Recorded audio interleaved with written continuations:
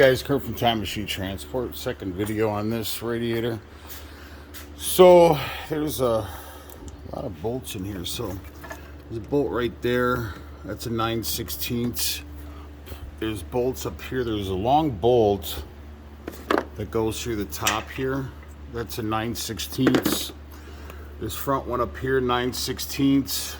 Your hose clamps. All you do is on your hose clamps, you just take a screwdriver and try to pry up in there. Don't get gorilla on it because you don't want to rip the hose, and then just kind of pry it up. I always have problems with the air intake ones, because so that's going to be a little bit more working on. These front ones that hold the condenser on are 3/8, I believe. So I pretty much got that pretty much taken care of. And then your fan shroud, there's 4 bolts in your fan shroud. Those are 3/8 as well.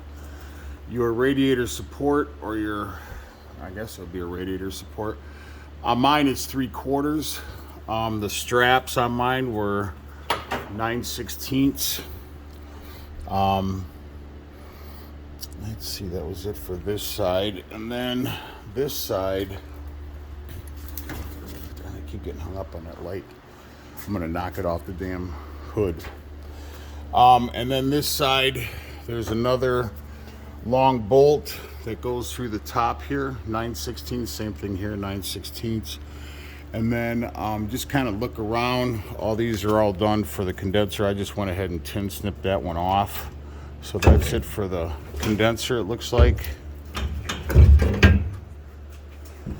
This condenser has seen its better days, it looks like. So it's pretty raspy.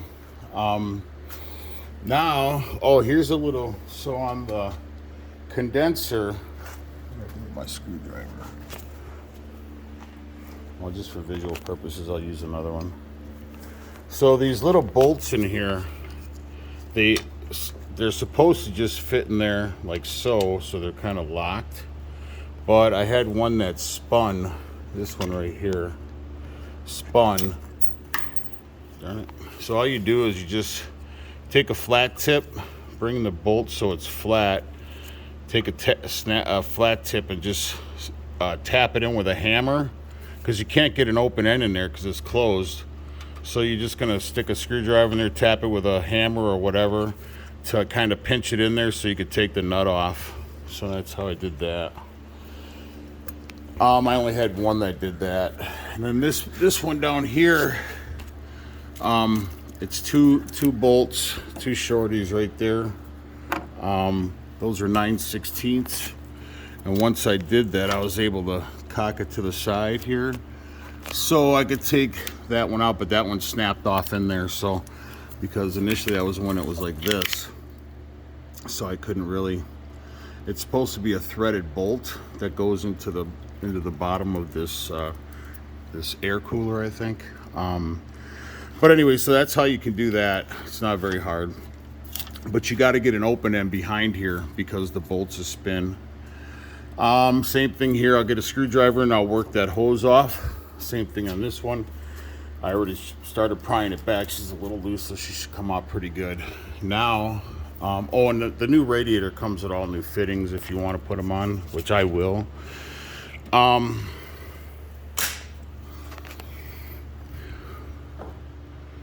Now it looks like we got a couple more bolts that I couldn't get to with the condenser on there. Let's see. So anyways, and I will put the belts on once the radiator's off. That'd be a lot easier. I'll show you guys how I do that. So yeah, now it's time for this air cooler. I think that's what it's called, an air cooler, I believe. You're just gonna have to go through, take your time, and I gotta look around and see what bolts are holding it in place, but just kind of look around, and you shouldn't have to get gorilla on this pulling it out. These hoses are holding it in place, and then obviously the bolts. So that's all I saw for bolts so far. Like I said, I've never done this before, and I am not a mechanic.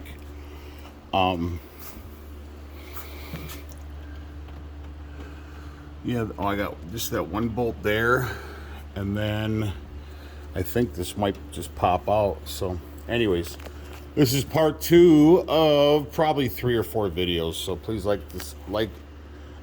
please like the channel and subscribe. Ciao.